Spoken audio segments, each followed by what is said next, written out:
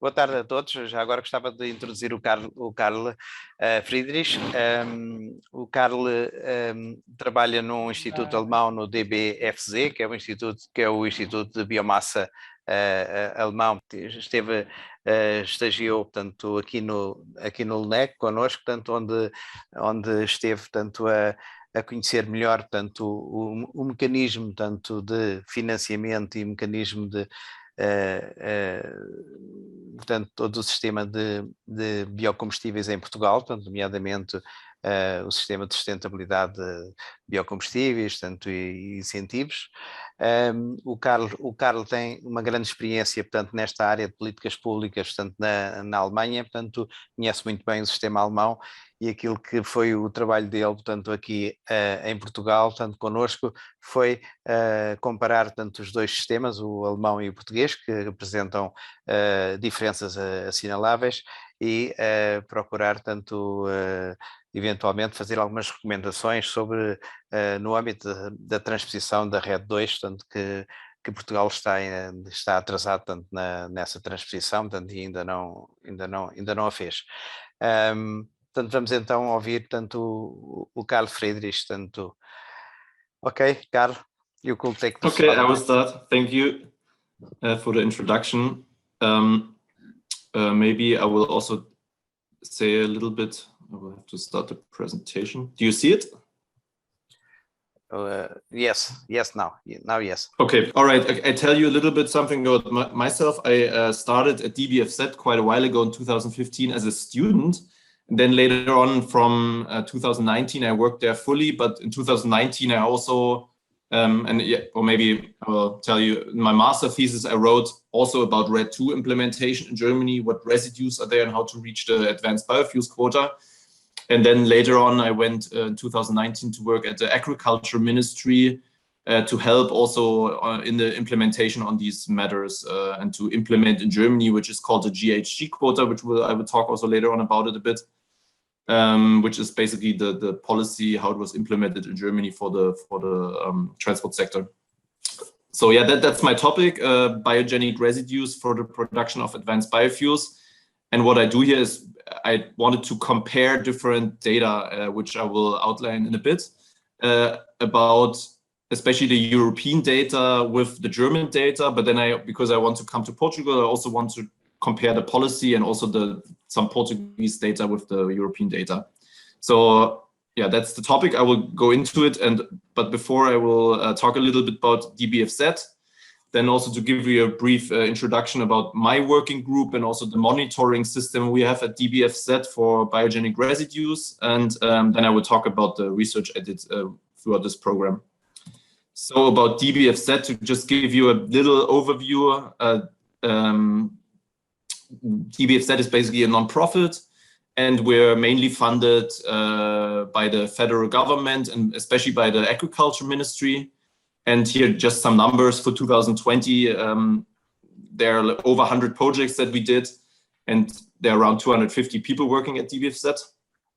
And yeah, some other numbers like peer-reviewed publications. So just to give you a little idea about the size of it. And maybe also what's interesting is about the funding. So we're mainly funded by different ministries, if you see this here. This is the agriculture, the science ministry, economics, and transport. So we do a lot of research with regard to actually applied, like applied research, I would call it. And yeah, that's to give you a little idea about this. And what are the research focus areas at DBFZ? There are in general 5. First of all, the anaerobic processes. So we have a biogas plant also at the site, and right now another one is being built. And that focuses especially on the combination of not just methane emissions, but also using the carbon dioxide and monoxide emissions with hydrogen and to create other fuels. And so that's the anaerobic process unit. And then we also have the bio-based products and fuels. So they used to mainly focus on fuels, but now it's much more about also material, other usage options. And then there's the smart biomass heat unit, which focuses mainly, for instance, on like really efficient ovens. For instance, they want a price for a really efficient oven that has very little emissions and that uses pellets. And then another unit is on catalytic emission control. So they also work together, but they do also, for instance, a lot of, you know, biogas plants if they sometimes have a leak, or not sometimes, but can happen. So they can detect this and they develop technologies for those kind of issues. And then there's the systematic contribution of biomass unit, which is basically where I work in. And so there we research about biomass potentials, but also sustainability, market, and scenario development for futures. And the overall goal is basically to contribute to a carbon neutral bioeconomy, which I guess is very similar to LNEG. And now I just want to give you a little bit more deeper look into my working group with the bioenergy systems department and our main focus, which is a monitoring system for biogenic residues. And this residue monitoring basically is backed by a resource database. And just to give you some general figures about this, there are 77 residues and waste included with different levels of potential levels. So theoretical, technical, but then also used potential that can be covered, like mobilizable potentials or different levels. And this includes 5 sectors.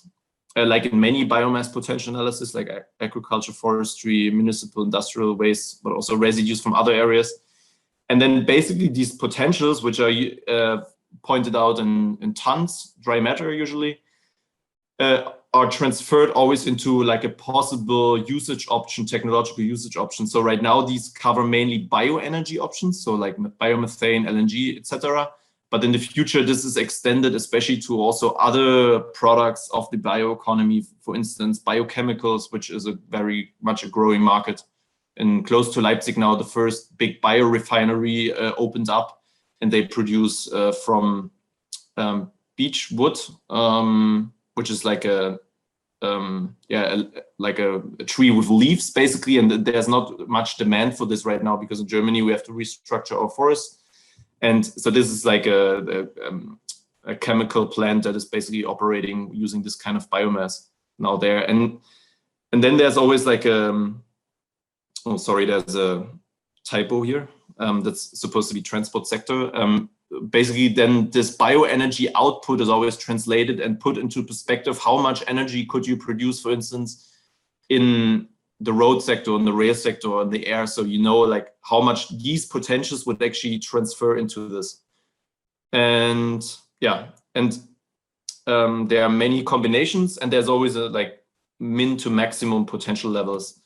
And there's also online, you can find this web app if you want to look into it. Up here, there's also the methodology explained, and like you can download data and so on, also for converting biomass into certain kind of technologies. And it can also be reached with like API, like a connection. And yeah, you can select here like a year. Right now it's only 2015, but right now a project wants to extend this.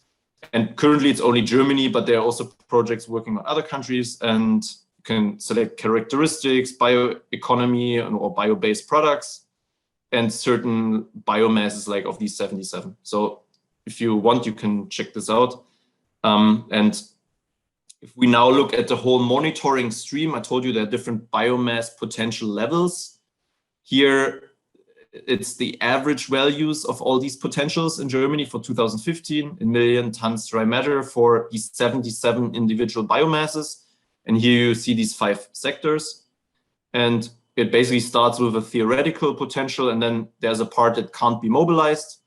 For instance, because it's the part that needs to be left on the field. For instance, for straw, you need obviously some part that needs to be left on the field for like a certain kind of humus balance, you know, and there are other parts which basically can't be used. And then you have a technical potential. And from this technical potential for all these streams, there's always a part that is used, and there's a part that is mobilizable, which is unused. So here you have the used part and the unused. And then the use part also differentiates between if we know it, material and energy, or sometimes we just don't know it, or it's either one of them. Yes, so that's the overall kind of monitoring system to give you a little idea. And basically my idea was to compare this also to European data, and why I will tell you in a little bit. But before, just to give you an idea how this can be influenced in the future. So politicians and policymakers, they always want to also know, okay, how can these potentials actually put into use for instance, advanced biofuels? So on this level, on the production level, we can, for instance, try to make production process more efficient, for instance, with digitalization or precise agriculture and precision farming. And then here, this is much more a question of sustainability. You know, if we, for instance, now implement European policy for biodiversity or also LULUCF, then probably in the future, a certain part here will rather increase for not mobilizable because more areas are, for instance, protected. And on this part, basically the part that is unused, it's more about mobilization strategies. So it's about stakeholder engagement, who owns the biomass. For instance, farmers, how can you reach them? Is there, for instance, a certain kind of database or online platform where these feedstocks can be traded to mobilize more?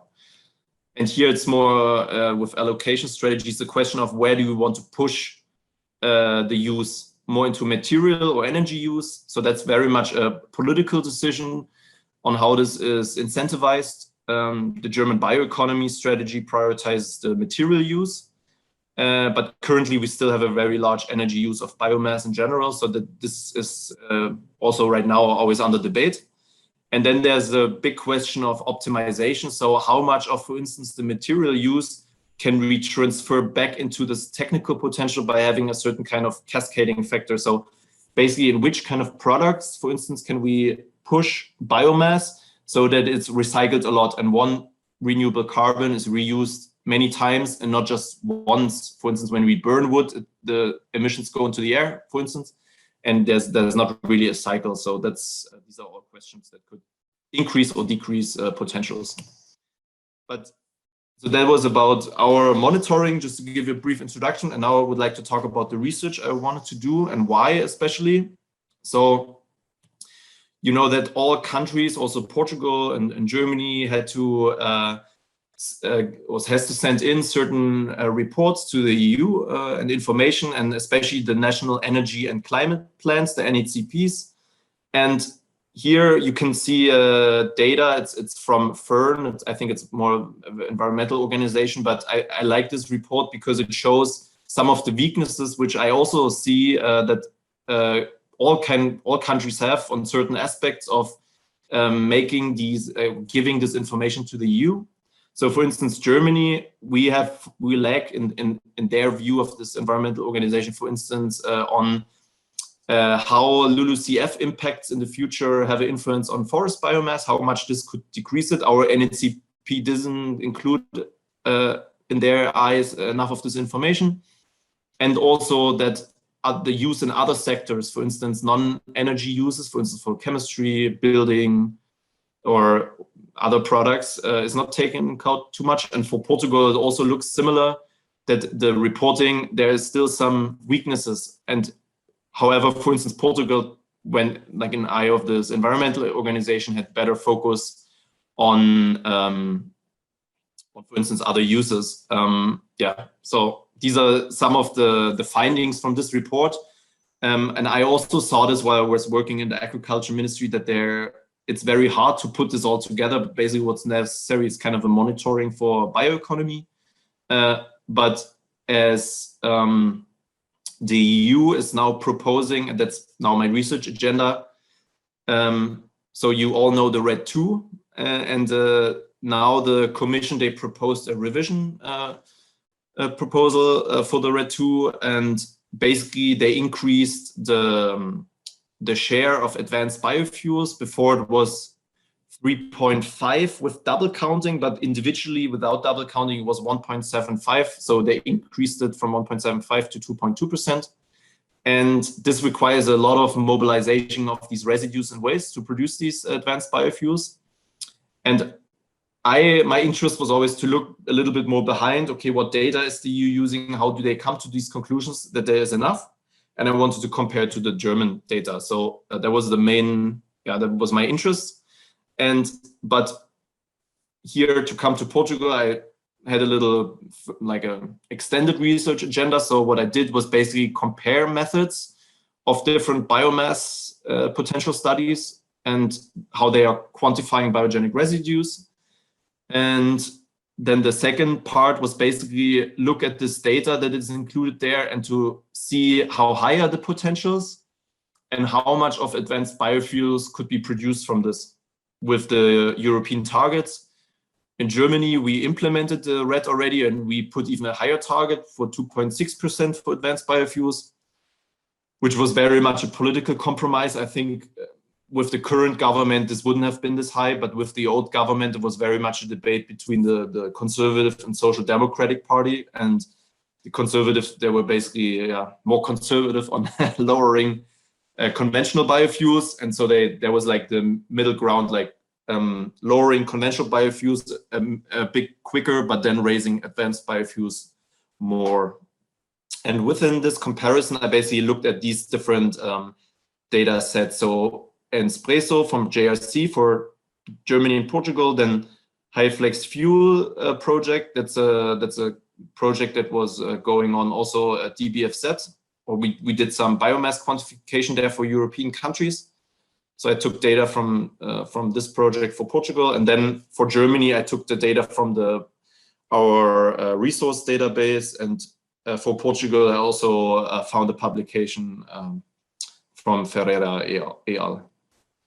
And as a third part was basically I compared the regulatory and political kind of circumstances or regulations right now of all the different proposals and how it is in Germany and Portugal, and to come to some recommendations for Portugal as well. So I will start, and don't be shocked by the next graph, but it's quite large because here the method comparison is combined, and there's a lot of information. I'm not expecting you to read everything. There's much more you can compare within these biomass potential assessments.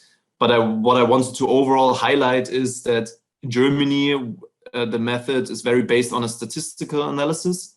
So of statistics that the Statistical Bureau in Germany is presenting. And from this, the calculations are done for the residues. And basically 77 residues are included. And as I said, there's a maximum. Can you see, by the way, my mouse when I'm doing this? Just a question. Yeah, we can. Yeah, good, perfect. So basically in Germany, as I said, there's a maximum range. And in my analysis, I focused on the middle rate, on the middle numbers. And what's special about the German data, I would say there's always a comparison between what is already in use of the biomass potentials and what is not in use, as I told you before. And in comparison, the JRC and Espresso data it's based on a like scenario modeling, but which is also based on statistic and GIS. But basically, they have three different scenarios which have more or less realistic assumptions, I would call it, depending on the country. You know, I'm not an expert in every country, but I can just talk about Germany, what's realistic or not. And in this database, like in Germany, also there are most of the sectors included.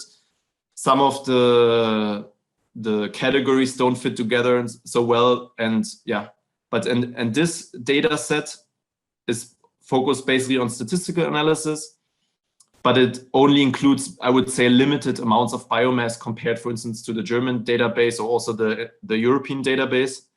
And I also have to say that here for the Ferreira publication, it's a little bit mixed if you compare it to, if you really look in how to, for instance, animal manure is calculated, it differs from Germany if you look into like each calculation step. And also some of the data is outdated, you know, for agriculture residues. I think it's from a publication in Sweden, but that was published in 1993. So, you know, there are quite a lot of differences. And also with the high flex fuel, for instance, potential analysis, it only includes very limited amounts of biomass. So only agricultural waste, urban residues. So I'm not going deeper into this, but what I want to highlight is there are many, many differences in these biomass potential studies. And it's not really fun. You really have to go into the very detail. How is every part calculated and then projected on a, to make like broader, findings from this. So what are the differences? The scope of these assessments are very different. Different biomass and residues are considered. Time is often different years. The units, and that's the biggest problem to make it comparable. They are presented focusing on different units. Some data sets are focused on primary energy, which was basically the case mainly with Ferreira and Espresso database. And the data here from DBFZ and high flex fuel, they were focusing on tons dry matter. So yeah, so that was a problem. So I had to basically, convert. What I did was basically converting the tons dry matter also into primary energy with heating values, which I took from a publication, also from DBFZ, and I also took the heating values from JRC to transform this. Although they had a little bit of differences, but there I made just some assumptions, but to make it comparable, you know. And then also the potential levels are often different. So for instance, most of the studies, they don't include like this unused and used potential level. Exactly. And as I said before, like the definition of the potentials themselves, they are different. For instance, the German calculation for the technical potential of animal manure, for instance, it includes the type of stable. So certain types of stable in Germany, the residue can't really be used, or like a less degree of residues used depending on the animal that are kept there and the stable. So this is taken into account, but also the average time that if there's research on this, that our animals are on the field, you know, because no one will go onto the field and collect the manure. So these technical potential level assumptions are just different from publication to publication. But I don't want to go more into this because I could talk about every little resource here. So what I want to do now is actually show the results. So what I did is transform this data into primary energy to make it comparable, as I said, and show you some of the results. So these are the results for Germany. So what I compared here is the Espresso data, so the European data. So they have, as I said, a low, medium, and high scenario. And I compared it to the German, the data we have in the DBFZ. I compared the technical potential, because the Espresso data also points out in the report, it says that it points out technical potential.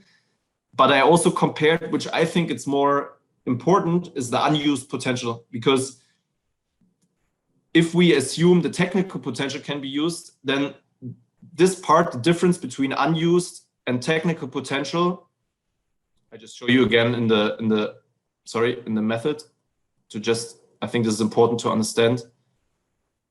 Here you can see you have the technical potential in data in Germany, which is basically splitting up in used and unused. So, and in my assessment now, I focused on the technical potential and then the unused mobilizable potential, also called. And what we can see here is that basically the technical potential is somewhere in between the medium and high Espresso data for Germany, but the unused potential is much lower than even the low scenario. But what I read from understanding the data of the EU and the GRC is that the medium scenario is taken more or less into account. That's because they say in the report that's the most realistic scenario. So you can kind of assume that this is the scenario they also use for making all the RED 2 assessments.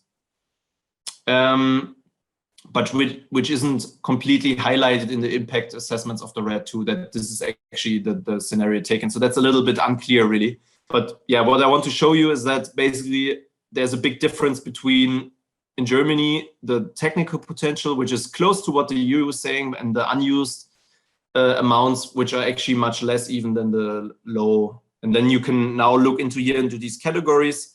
You might ask yourself, why is there no information on, for instance, waste paper for the European JRC data? This is because waste paper is included into the sewer sludge category. This also makes it difficult because it would be nicer if the EU would publish the data really for every individual biomass, and also not just in primary energy, but in tons dry matter. I think that would be much better. Yeah, and then for instance, bio waste, it's the same. It includes, for instance, waste wood, the European data. That's why it's not individually here. And it's the same with black liquor. Black liquor is included in residues from wood industries. And used cooking oil, I couldn't really find individually in the data there. And industrial residues was also not pointed out in the Nespresso data individually. So there are quite some differences. You could say, for instance, this should be subtracted because might not be included here. But I think the overall message, I hope, is clear that there are, at least for Germany, quite some differences. Yeah. And that basically you have to be aware of this when the EU is saying, okay, there are all these potentials. I doubt this a little bit, and why I will also tell a bit later on. But the reason for the differences are that, for instance, in the mid scenario of the JRC data, they assume that manure from all farms, more than 200 animals, are collected. But we did a very detailed assessment in Germany, and we know in Germany that achieving this is not easy. I mean, in Germany, 1/3 of all the animal manure right now is used for energy purposes, and Germany wants to raise it to 2/3. That's the goal. But to do this, it's very connected to a lot of financial incentives and so on, and it's really not an easy effort. So just taking this into account, I don't know, I think it's optimistic. And also the assumption to use 50% of straw for energy is quite optimistic, because right now in Germany, we know that the straw that is in use, at least from our data, we know this, that more than 90% is used for material purposes. So making this switch or increasing so much unused potential for energy is I think it's a challenge. And yeah, for bio-waste, they also assume higher recycling quotas. And for instance, also for public greens and abandoned greenlands, they assume 60% collection for energy. And I don't know, I think this is quite optimistic, and yeah, I think you can question it. And I also did this comparison now, including for the European data, food and feed energy crops, so basically conventional crops like corn, and data on fuel wood, so basically roundwood, and also non-energy crops. These are basically like lignocellulosic crops, like yeah, fast-growing lignocellulosic crops, like fast coppers. I think they're called like the fast coppers crops. So, and if you include those ones, obviously the differences, they get even higher, between the German data, because here this is not included for Germany. You can see this here. But then if you include this, which the EU is doing in their assessments, because at least the fuel wood and the non-food energy crops, they also are included in the RED 2 Annex 9 Part A for basically residues and biomass qualifying for advanced biofuels.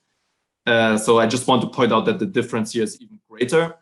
And why is this the case? Because also in Nespresso, if you look into the data, there are certain assumptions for how much agricultural land can be used for bioenergy, like maximum. And for Germany, it's quite high. It's like that's for the medium scenario again. It's 4 million hectares. But in Germany right now, we use around 2.3 million hectares in Germany for production of bioenergy. And there are already about these 2.3 million hectares. There are quite heated debates right now, especially the Green Party. They want to reduce this, and environmental groups. So I don't see this happening, that there are 4 million hectares used for bioenergy.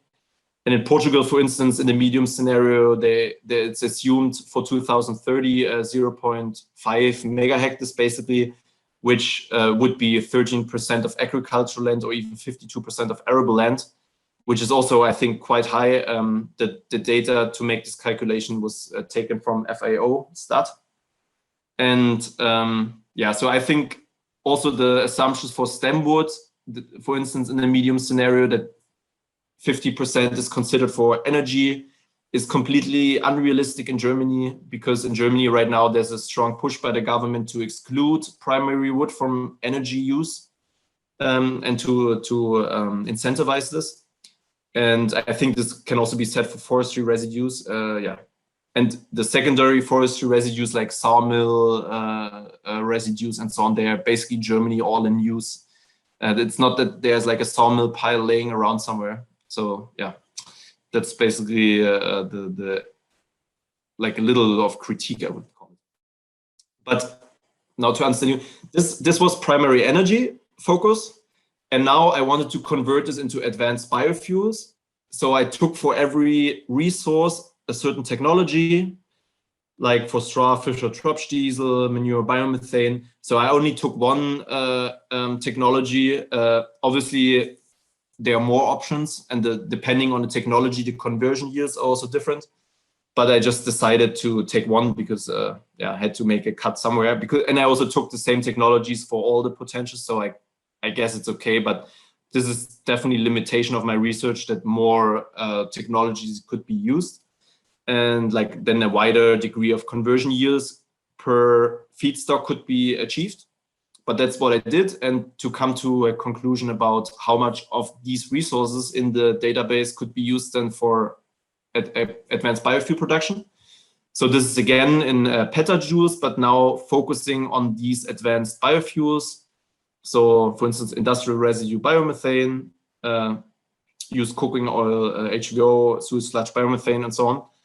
And what I did here is basically compare the summed up potentials to the consumption that is required in 2030 for advanced biofuels. So again, for the GRC data, and then for the technical potential in Germany, and also the unused potential. And what we see in Germany is, here you see this brown dot, I hope you can see it, it's 6.3 petajoules. That's the status quo of of advanced biofuels that we consumed in 2020. And the sub-target of how much we need to actually, how much we need to consume in 2030 depends on how much the consumption of energy in transport sectors. So I used different data. I used that's from Agora. It's also an energy policy company. That's a reference case, basically saying if the policies implemented are not very good and we have a much higher energy demand in transport, then we need 58 petajoules in 2030. And if we reach kind of what the environmental and the economics ministry, what they think will happen, then we only need like 47 petajoules. But because in Germany we have a quota of 2.6%, and we also, above this quota, there's a double counting of these emissions that are saved. I will talk about this also later on. This gives us strong incentive actually to use more biofuels, advanced biofuels. So there was a number that the environmental ministry published. They said, okay, this could be 100 petajoules. And then at DBFZ, a colleague did a calculation that if electromobility is very slow in Germany, that could even be 200.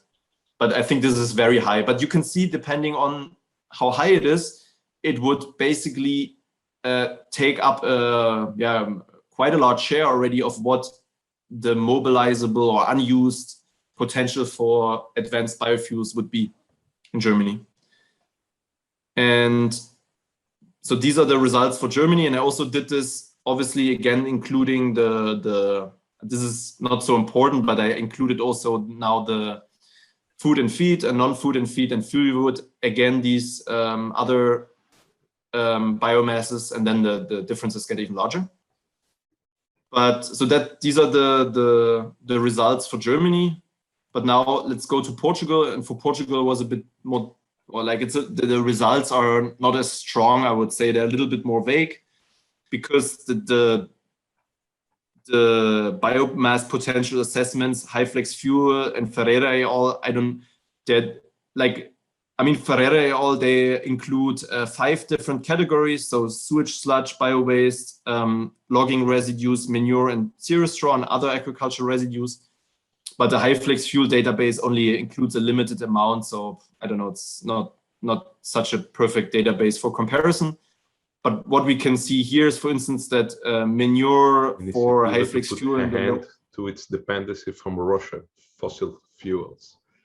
Hello? Power Yes? Europe plan. Okay, sorry, I didn't. What, is there a question? Or maybe it was the microphone was just on. But basically, these are the comparisons. So also here, this high flex fuel database, even though it doesn't include so many biomasses, and it's not really extended enough assessment to really compare this. It's not really fair. But you can see, at least for the individual categories, it's quite similar for zero straw, and for sewage sludge, it's actually much higher, which would depend on the individual calculation again. But yeah, and Ferreira et al. Publication has like a similar amount of logging residues, I would say. And the manure is actually quite a bit lower, and zero straw is higher though. So there are, again, some differences, but what is more interesting, when I go to the next one, there are also now, again, fuel, food and non-food energy crops included, but just for these databases, because high flex fuel and Ferreira didn't include it. And so yeah, but what's more interesting now is actually this comparison also for LNEG and DGEG. I think it's more interesting because to compare the potential to the required advanced biofuel consumption, I think that's more interesting. So I think for all data, you can see that it's much higher of what is already now consumed. So right now, Portugal in 2000, sorry, the number's wrong here. It's 2021 actually. In 2021, Portugal consumed 3.4 petajoules approximately. And the target, I took this from it's a government publication. What is it called? Net zero or something. But it's basically an outlook of how Portugal wants to reach the climate goals. And from there, I took how much the government thinks transport energy consumption would be in 2030. So from this, with the 2.2% from the EU revision proposal, basically I calculated the petajoules, which would be, if it's goal-oriented, so what the government wants to achieve would be 4 petajoules, and if it's the transport energy consumption of 2020, I also took this as a reference for like if Portugal doesn't really make progress, for instance, in reducing energy consumption and transport, then it would be 5.2 petajoules, which is very much already close to what Portugal consumes now for advanced biofuels. And if we see here the potentials, even these databases don't include all residues and waste. They're, I think, much higher than what is needed. And I mean, for the European data, even for the low scenario, it's much higher. So overall, I can say that Portugal has much less of a problem, I think, in achieving these advanced biofuel quotas, because it's obvious it's just a country that has much less transport energy consumption. And yeah, that's the next, again, including the food and non-food and fuel wood energy crops, which would make it even much higher. But again, I told you what the assumptions are. I would criticize them because a lot of land in Portugal would be required. But even though the message is the same here, but I want to say now is, if you compare Germany and Portugal for these, for basically how much biomass is available, for how much energy is needed in the transport sector, basically what I thought, okay, I just came up like this as an idea, would be interesting to compare, is basically to compare, like have a proxy from biomass, which is basically land, versus GDP. So if you do this for Germany, if you look at the data from Eurostat for woodland and crops and divide this by the GDP, you get these strange numbers, which would be combined like 0.057 square kilometers per $1 million. And in Portugal, you do the same. You get basically 0.26 square meters per $1 million. So, and the GDP is basically a reference for energy output and energy consumption, and basically also for biomass needed maybe in the future for bioeconomy in general. So what we can say here, if we compare this, that Portugal's land-related bioeconomy factor, I just call it like this, is 4.6 times larger than in Germany. So I think that the production to produce sufficient amounts of advanced biofuels should be easier for Portugal, which is basically the same what I presented here, that this difference between the potential and the future required consumption is just much larger than this was in Germany. Yeah. So I think that's a good message for for Portugal. But now I just want to outline a little bit what I think are maybe some limitations for Prime's transport modeling. Because as I said, the EU wants to have very ambitious goals for advanced biofuels, which is good because we need advanced biofuels, for instance, for certain transport areas, for heavy transport, but also maritime transport and aviation. Maybe it depends on the perspective maybe of the countries if they support this, but yeah, overall we need this in certain areas which can't be electrified. But how is the Prime's modeling made up to just maybe to understand? It's like a econometric model that basically uses the most cost-effective pathway. But basically what I want to highlight is that the model works by essentially meeting like exogenous demand of biofuels based on EU policy. So basically it's goal oriented. There's a climate goal. For that climate goal, X amount of biofuels are needed. And for that biofuels, X amount of biomass is needed. So that's why also in this Prime's biomass database, certain scenarios are taken because to get at least some kind of limiting of the biomass, what is available. But I think it's different if you do it from a bottom-up analysis. You know, if you look at how much is actually used and unused, I think if you go from this direction, you come up with, I guess, a little bit different results. And some criticisms that not just I have, but also there's a publication from Transport and Environment. Obviously, they're much more critical of biofuels in general, but I think some of the criticisms are fair. I also see them, is that it's not clear how much biomass is used. You know, they should publish per every biomass how much ton dry matter are used to make it more transparent. And you know, and also they say that the medium bioenergy scenario corresponds to the reference case, which is most likely future.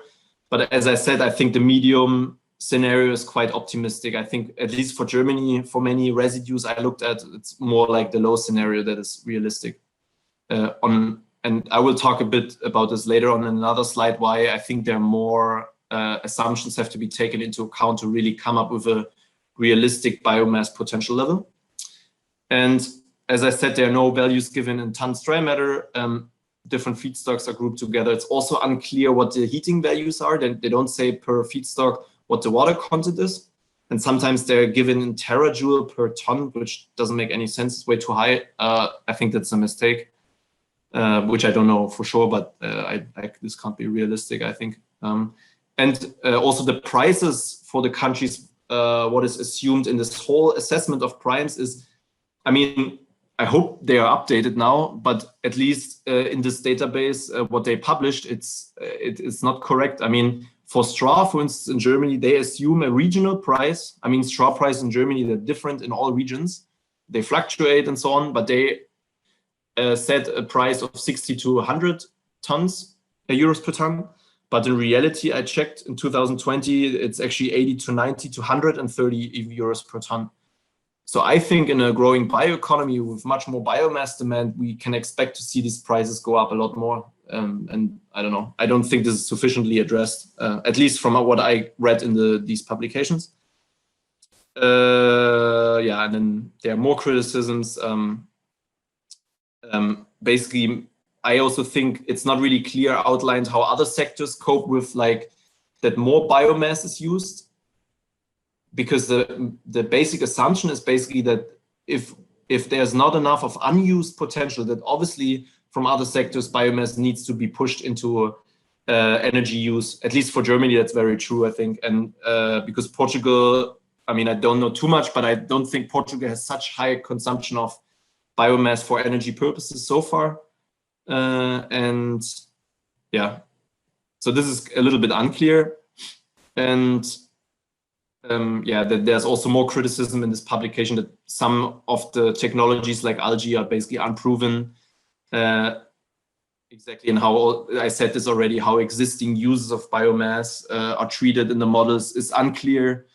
And yeah, that high amounts of imports are foreseen. It's a problem. And then also the whole consideration of climate change, how yields could also change in Germany, especially we can see this for straw. We have huge yield drops in certain areas if there were weather extreme events in the last year. Like they were cut suddenly by 30% of yield, average yield that dropped. And obviously you have much less output of a biomass than, for instance, if it was super dry and hot in these seasons. So I think these are some limitations, and I just want to present now from my perspective what needs to be added in the future for biomass potential analysis. So what you can see here, that's basically our methodology at DBFZ. So as I said, we have like a theoretical potential, technical, and then a used and mobilizable technical potential is basically called unused potential, because this is a difference. But what I think there needs to be more additional limitation factors need to be taken into account, which is basically, for instance, land ownership. Like it very much depends if you can actually use forestry residues. Depends of if the owner of the forest actually gives you these residues. And in Germany, for instance, we have a very high degree of small forest ownership. And I doubt there's all these small forest owners, because they obviously have often also a forest because they want to enjoy this and not for economic purposes. So I don't think it's realistic to include these small forest owners into the overall biomass potential analysis. Or at least you have to make an assumption. And also infrastructure, I don't think that if you make a calculation of how many advanced biofuel plants have to be built, for instance, there's a Verbio plant in, I don't know if you know this one, it's a mono-digesting plant for straw in Eastern Germany. And of those, if you look at all the advanced biofuels we need in Europe in 2030, we need really hundreds of those. I think I did a calculation once, I think more than 300 we need. And I don't think it's realistic to build these, also from a perspective of, are there enough companies working in this field who can actually build all these plants, you know? And also if, for instance, like a plant like this is in a very remote area. So for instance, somewhere in Northern Europe and Scandinavia, since there's a lot of biomass, it's a question, is there enough workers and labor actually working on these plants? And then also the cost factor, as I said already, the assumptions, at least what I found in the biomass primes, are too low. They could increase in the bioeconomy much stronger. And then there's also limiting factors relating to the RED II conformity in terms of meeting GHG emissions along the whole full supply chain. So for instance, if you conclude, or if you include in an assessment, for instance, some forestry biomass from northern Finland or Sweden, obviously you have to take into account what is the transporting emissions between there and maybe where the actually advanced biofuel plant would be. So a lot of the biomass that is included in these assessments is actually not usable because of the transport distance are so high, it doesn't reach the GHG emission reduction goals that are outlined by the RED II at all. There's a publication, I think it's called by Vera et al., which talks about this, basically comparing what the marginal land area would be under RED II, also greenhouse gas emission reduction or something. So that's also a limiting factor.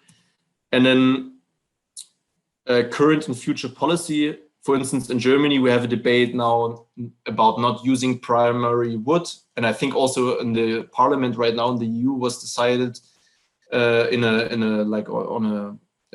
with regard to LULUCF regulation that no primary wood should be used for or should get support, I think, for energy usage.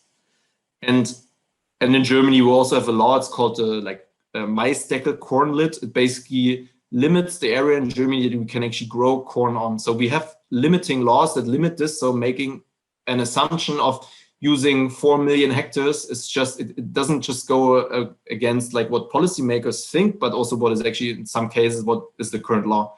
So what I want to say is that also assessments need actually to include the laws that are already in place in the country.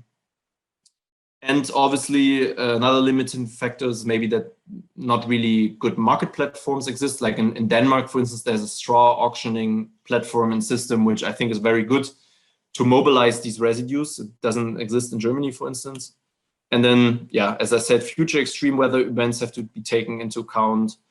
Future non-energy uses of biomass, very important. For instance, the chemical industry in Germany brought out a report saying that they need 11 million tons. So right now, I think they use about 2. So they need 9 million more until 2050 in a climate neutral system, which will be mainly wood. So obviously this should be taken into account that maybe the chemical industry needs to be prioritized before using wood for energy purposes, because this actually is much more aligned to our bioeconomy strategy in Germany to prioritize material purpose biomass usage. And then also other factors like LULUCF, because in the future in Germany, our forests in Germany now in the next years might become a source of carbon instead of being a sink. So it might be the case that we actually can use less of the wood that actually stands in the forest, and also because of biodiversity regulation. So what I want to say is that what's not important is I think the JRC assessment mainly looks on this technical potential. But my argument is it's more important to look on the unused. But even from the unused, you have to consider this mobilization rate, which is influenced by all these factors, to actually come up with an implementing accessible potential for advanced biofuels. And you can make a comparison to wind. I mean, if you have an island, you can make the assumption that you consider all the energy that goes above the island. But obviously, in a realistic assessment, you would exclude all the land that you can't use for building windmills. So I think there needs to be more, the assessments need to be more in depth for this. That's basically my methodological kind of conclusion and recommendation for also DBFZ assessments, because we also come to only this area. Sorry, I'm just gonna look at the time because I think I'm all right. It's already 1 hour. Did I talk already 1 hour? Almost. Oh, no. Oh God. Yes, 1 hour. Yeah. I'm too slow. I will speed up a bit now because I think maybe I will just talk about the most important things. What I did now is what I did now is compare the regulatory circumstance in the current RED, then the proposed RED 2, then also RED Fuel Aviation Maritime, and the now, I think 2 weeks ago, the European Commission also published a REPowerEU proposal, and I compared this to how it is in Germany and in Portugal. But maybe I focus on the parts I think are important now. So the former RED 2 basically had a goal that focused on renewable energy target. And the new proposal focuses now on GHG intensity reduction, so that fuel suppliers, we already have this law in Germany, that fuel suppliers have to reduce the average intensity of a fuel, for instance, of a diesel, every year by a certain degree. So it gets 1 liter of diesel basically releases less emissions.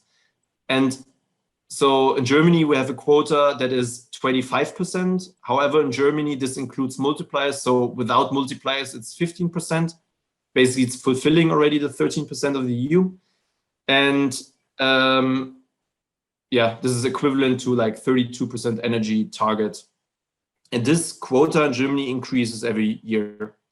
And so I think that's a big difference, or that Germany had already implemented this in Portugal. It's as far as I know, what I found in the publication from the government, that it's 11% biofuel mandate energy target in 2000, and is it already 2030? Sorry, I forgot to put this there. But anyways, for advanced biofuels is 0.5. And in Germany, we have like these targets. Every year they go up a little bit for advanced biofuels, and in 2030 it's 2.6%. And energy above this sub-quota is counted double, except Pome. That's the only one that is excluded from the double counting. Exactly, and the EU position, I said this already before, is 2.2. And what else I can point out is in Germany, for RFNBOs, especially hydrogen and RFNBOs, they're counted twice in road transport, and hydrogen is also counted twice in refineries. So if fossil refineries use hydrogen, it doesn't have to do anything in the transport sector, but it's just an incentivization mechanism to have renewable hydrogen from renewable electricity be counted in refineries. And yes, and then there's waste-based oils, which in Germany is a bit higher. And yeah, the cap in Germany for conventional biofuels at 4.4, which is a bit lower, what was actually possible. But yeah, that's some comparison. And then, I don't know, there's more. I just want to focus on something important, because I think I will talk about this later as well. Portugal should implement this, I think. I mean, overall, I think Portugal shouldn't implement like a focus on energy target, but rather right away on what the EU is proposing already now, like a GHG intensity reduction target. Because I personally believe this is more efficient, because what we can see also from the data if a fuel, for instance, with this target has a very high average GHG emission reduction, it's less important in Portugal, because in the end, only the amount of energy that is, and renewable energy that is basically given from this fuel is important. But this quota very much pushes also more efficient technologies that have a higher average GHG emission reduction, because they are rewarded, because every GHG emission you reduce in this quota has a value. And if you reduce more, you have more value. So it kind of pushes the more efficient technologies. I believe this, yeah. And then I think this is also important now.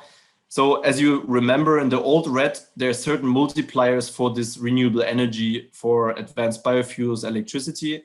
And in Germany, as I said, we have a GHG quota, but within this quota, these emissions are calculated with certain factors. So for instance, renewable electricity has factor 3. But I would not recommend, but I'll also talk about this later, for Portugal to implement like a quota like this with these multipliers. It just makes things more complicated. But I really like what the proposal of the RED 2 is right now. Of the Commission, they basically say that because this is basically also like an incentivization mechanism, just from a different direction, they basically raised the fossil comparator for electric charging from 94 to 183. So basically, when you use renewable electricity in electric vehicles, this is assumed to be 0. So the saving would actually be 183 grams per CO2. And if you compare this to conventional biofuels, for instance, the fossil comparator is 94, and they save maybe on average 50%, probably in the future a little bit more, then only 47 grams would be saved. So if you compare this, the 183 with the 47, the GHG emission reduction of electricity from renewables and electric cars would be 4 times as high, which is basically an indirect incentivization mechanism, because every gram of CO2 emission has a value. And then you basically, with this incentive, you finance indirectly the charging stations. Because this is the reason why in Germany we put this factor 3 for calculating GHG emissions in this quota. And the reason and the explanation for the policymakers was coming from the environmental ministry. They pushed this very hard, is that this increases the profit renewable electricity can make in this quota and indirectly finances charging infrastructure. And I think Portugal is super important because obviously Portugal focuses very much in its NECP on electric mobility to implement such a mechanism.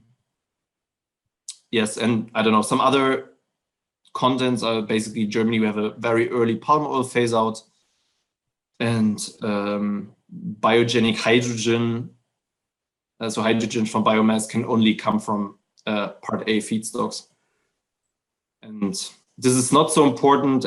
I mean, this is the Refuel EU and then the maritime regulation, how it will develop in the future.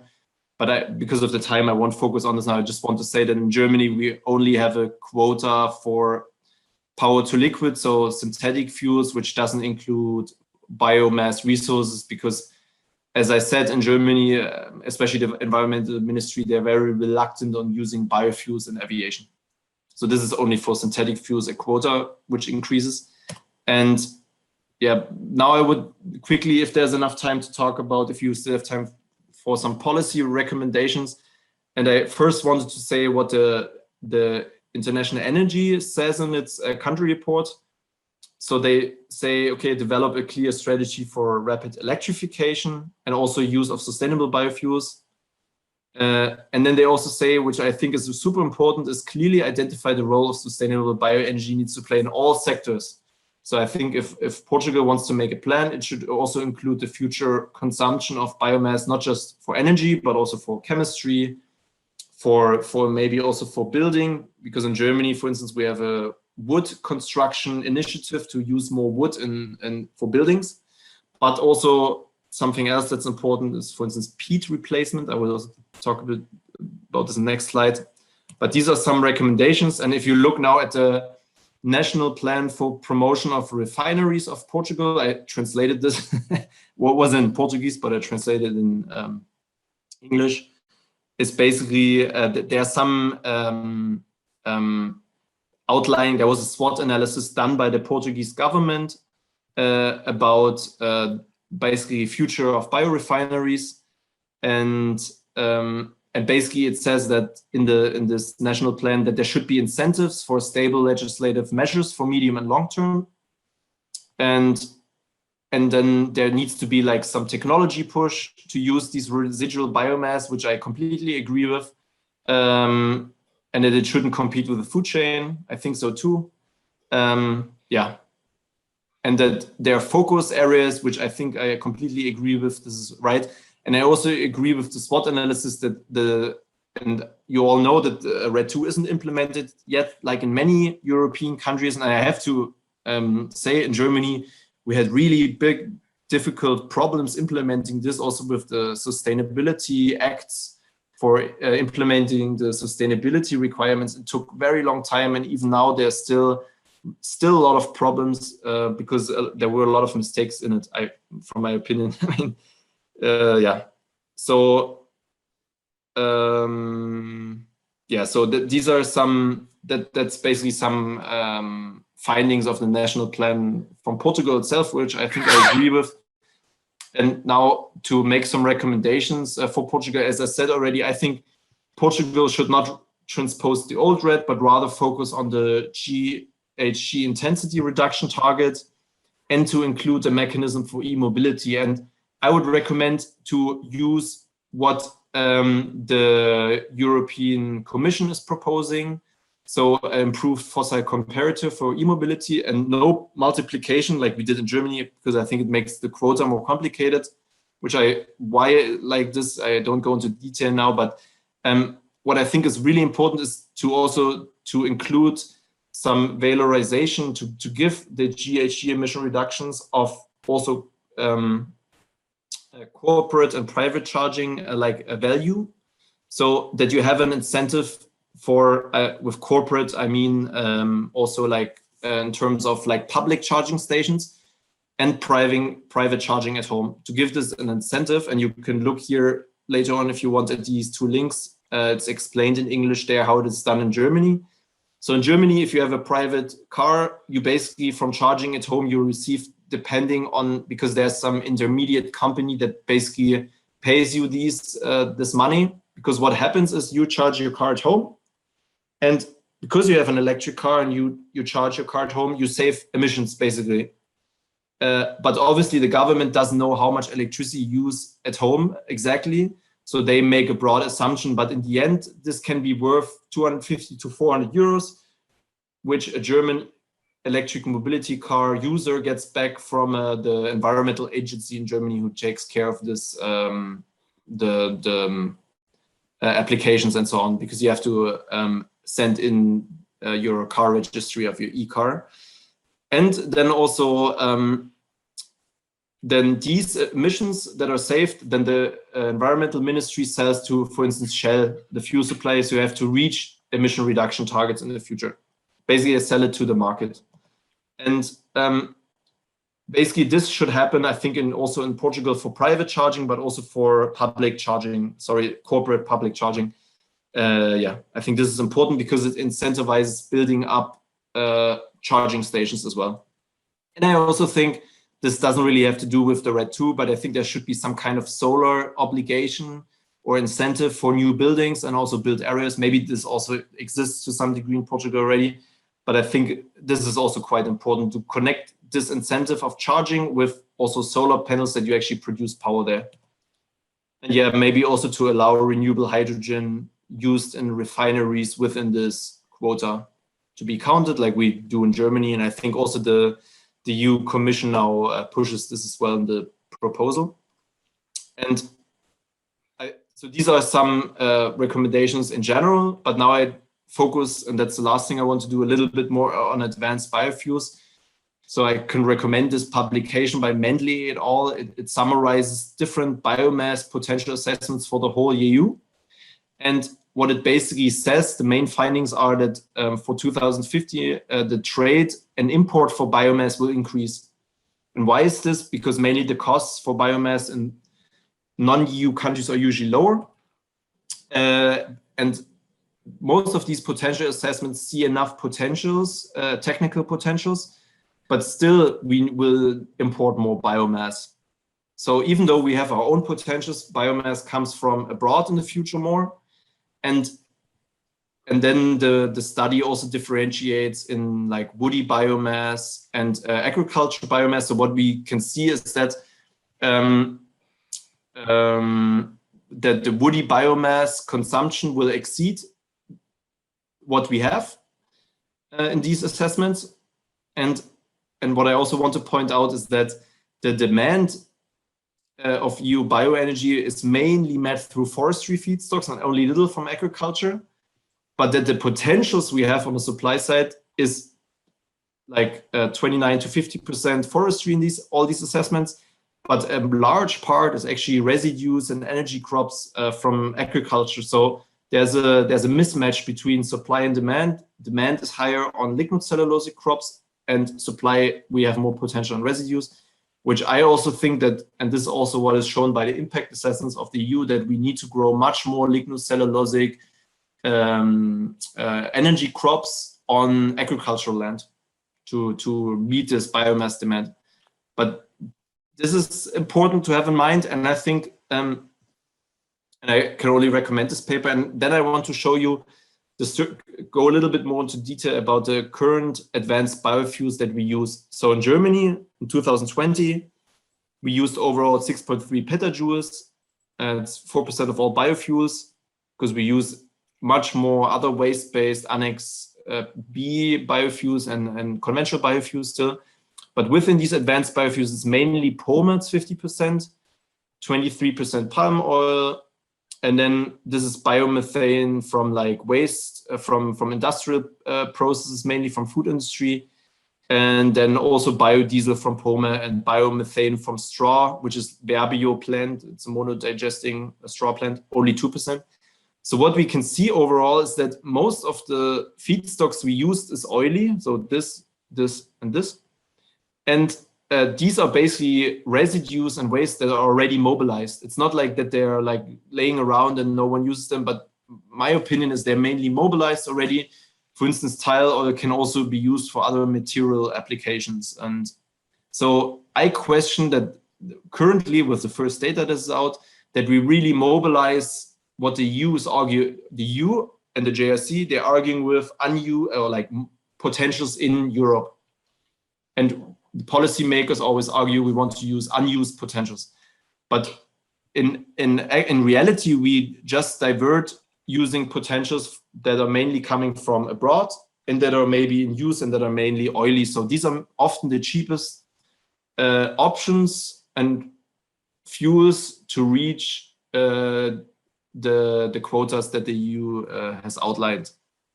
And for Portugal, it's pretty similar. It's also Pome and anti-palm fruit bunches, so also residues from palm oil industry. Here I didn't have the real the exact numbers. In Germany I also don't have them for every specific one, but I just have them for all residues and waste of Annex 9 Part A and B. So most of it comes from Asia and Europe. And in Portugal I made this claim myself. And Paula also helped me to look a little bit in some of the data. She gave me thank you, Paula, for all the information. And yeah, so, but also for Portugal, I would say that a lot of it is imported. So my argument is kind of, okay, we have to maybe change the policy a bit to make it more specific, to actually mobilize the unused potentials that we have. So that's the main problem I see, that there's no sufficient mechanism to actually use local potentials, and that currently the ways of this Annex 9 Part A are all treated more or less with the same brush, and it doesn't incentivize the unused potentials. And yeah, instead the cheapest option is used, what I said before, which is mainly Pome oil right now. And I think that the more detailed support mechanism is needed to do this. But obviously this needs to be done carefully. We can't just say, okay, we only want to use our own domestic resource, because this would go against World Trade Organization rules. And yeah, so it has to be done obviously in a manner that it fits with RED II regulation, and that the European Commission and so on, that they also support this. But what I think are possible solutions for this and are sub-quotas, for instance, for certain kinds of biomasses, or also incentives like double counting, but maybe also an improved fossil comparator for certain feedstocks, you know, like how it's done or how it's promoted by the EU for electric mobility, to have an improved fossil comparator for certain declared biomasses and feedstock with high sustainability. For instance, feedstocks like this could include feedstocks from certain types of land, for instance, marginal or unused land, which are linked to low ILUC risk. And in Portugal, this basically the Portuguese government, I mean, these are just ideas I have, but they could, for instance, say, okay, we have certain areas. We know that these areas are marginal lands, and there are certain data sets which kind of publish where this could be. And this could be used for this, for instance, to give them a stronger incentives to grow, for instance, certain crops on these areas, or to support certain feedstocks that are, for instance, linked with high climate effects, for instance, manure. Could get an even further extra incentivization, even though already in the RED II right now, the incentives for it are quite high. If you look at the GHG emission reductions that are outlined in the, it's in the, I think, Annex 5 and 6 of the RED II. Yeah. And then I think what's super important is also to push more for agroforestry systems, especially in Germany. In some areas, there are farmers that are already using this because it can help to it can help in areas where it's very dry and where there's water scarcity. And I think Portugal also could have a problem with this because it's very hot here. And because it can also help to improve overall biomass production. There's a publication here. It's from France. They also found this, and in general, as I said, I think we need more lignocellulosic biomass in general. So I think we have to use agricultural lands, and the publication by Mendley comes to this conclusion as well. And I want to point out one project in Germany. It's called Pappelgas, and they use Pappel. I don't know if it's the same word in English, but it's a certain fast-growing tree, and they use it for biomethane production, actually in biogas plants. But also, and very importantly, I want to point out, to produce a peat replacement product. So these peat products, they're usually used in horticulture. Also in Portugal and Spain also imports a lot from Central Europe, from Germany, but also Eastern Europe. And Germany now, because we want to reach certain climate goals, we have to re-water and re-wet these peat and marshlands. They're basically like very wet lands. In the past, we dried them up to use these lands for agriculture. Now we have to re-wet them to that no methane is being released from these lands and emissions. But because we can't use the peat anymore from these areas, we have to come up with peat replacement products that we still use in our own horticulture. So I also think for Portugal, this is quite important to use in the future technologies that actually produce these peat replacement products. And yeah, because as you see in 2020, there was quite a lot of imports for these kind of biomasses. And yeah, as I said, what are further possible solutions? I also think to consider in the future. I think Portugal should consider this, but also Germany, to have like a sub-quota, for instance, for biomethane in certain types of transport. Obviously this has to be like scientifically justified also that these transport sectors can use the biomethane, that there's enough, for instance, ships that have LNG consumption. But because biomethane, from my perspective, is more likely to be used and be produced from local resources. And the other thing I said is already to have an improved fossil comparator for certain sustainable biomass, but also this needs to be justified scientifically. And also maybe that's the last thing I want to say in relation to the biorefinery strategy, that because now also Portugal wants to build biomethane plants, and I think these should already be incentivized to be built in a system, basically to think already ahead, how will biomethane plants will be used in the climate neutral system, so in 2050. And I think then it will be important to use biomethane plants to build them in a way that they're already maybe located close to other still fossil emission sources, for instance, to a cement factory, and to also combine it with hydrogen production, because if you use the surplus emissions, CO2 emissions from the biogas plant, a biomethane plant, but also to use the fossil emissions from the cement plant and the H2 from the renewable electricity sources and electrolyzers, then you can produce all kinds of renewable fuels. So there's one project, for instance, in Germany, now northern Germany, that got a lot of funding for doing this by Vattenfall. And I talked to someone who's basically in this project and who's working on this project from Vattenfall. And he's because I asked him, hey, could we do something like this also in Eastern Germany? And he asked me, especially for those three aspects, which makes the whole business very lucrative. And I think the last point is that I think also the opportunity to use BECCS to store emissions in the future then underground should also be considered in such refinery concepts. That's all my presentation. Sorry that it was much longer, almost half an hour longer than what I actually thought. And now if you have any questions, I would gladly answer them.